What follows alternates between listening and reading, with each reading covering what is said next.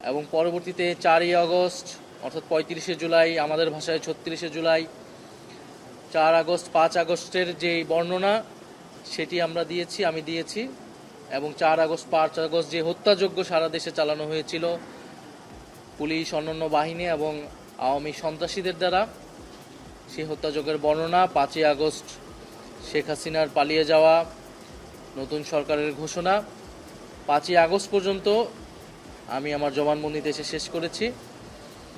এবং মহামান্য আদালতের কাছে আমি এবং ভিকটিমদের পক্ষ থেকে আমি ন্যায় বিচার প্রত্যাশা করেছি। শেখ হাসিনা স্বরাষ্ট্রমন্ত্রী, তৎকালীন স্বরাষ্ট্রমন্ত্রী, পুলিশ এবং যে সকল আইন শৃঙ্খলা বাহিনী জড়িত ছিল তাদের প্রধানদেরকে আমি দায়ী করেছি এবং যারা হত্যাকাণ্ডে সরাসরি অংশগ্রহণ করেছে তাদেরকে দায়ী করেছি।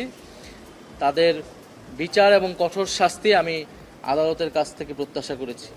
জনাব নাহিদ ইসলাম, 5 আগস্ট সরকার পতনে থাকে, কিন্তু 4 আগস্টে আপনারা ডক্টর মোহাম্মদ ইউনূসের সাথে যোগাযোগ করেছেন।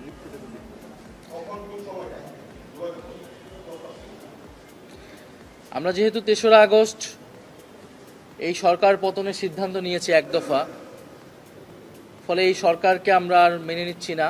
আমাদের একটি নতুন সরকারের জন্য তখন থেকেই পরিকল্পনা হচ্ছিল।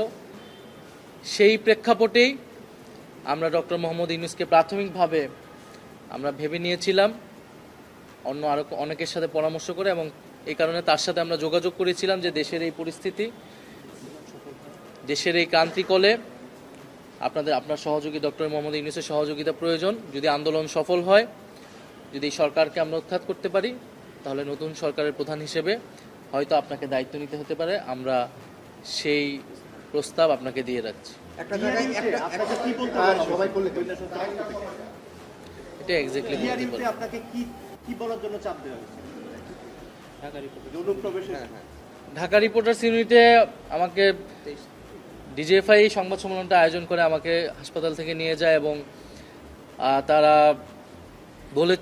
বলেছিল যে আন্দোলনে বিএনপি জামাত ঢুকে নাশকতা করছে। আমরা আন্দোলন সমাপ্ত ঘোষণা করছি, যেহেতু সেদিন সরকার কোটার প্রজ্ঞাপন দিয়েছিল। কিন্তু আমরা বলেছিলাম যে এই প্রজ্ঞাপন দিলেও এই কোটা সংস্কার, এত রক্তের উপর দাঁড়িয়ে কোটা সংস্কার আমরা মানছি না, এবং আমাদের ভাইদের বোনদের হত্যার দাবিতে এই আন্দোলন চলমান থাকবে। বিরোধী রাজনৈতিক নেতাকর্মী সহ আন্দোলনকারীদের যাদের গ্রেফতার করা হচ্ছে, আমরা তাদের মুক্তির দাবি জানিয়েছিলাম। ওটাই তো বললাম।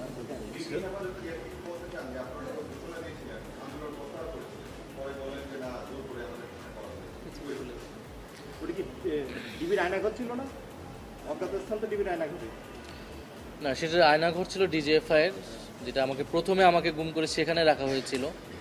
পরবর্তীতে ডিবি অফিসে আমাদের নানাভাবে আমাদেরকে নির্যাতন করা হয়েছে, মানসিক, শারীরিকভাবে আমাদের অভিভাবকদেরকে হেনস্থা করা হয়েছে, এবং একটা পর্যায়ে তারা নারী সমন্বয়কদেরকে আরও গ্রেফতার করে আনার হুমকি দিয়েছে, এবং একটা পর্যায়ে তারা আমাদেরকে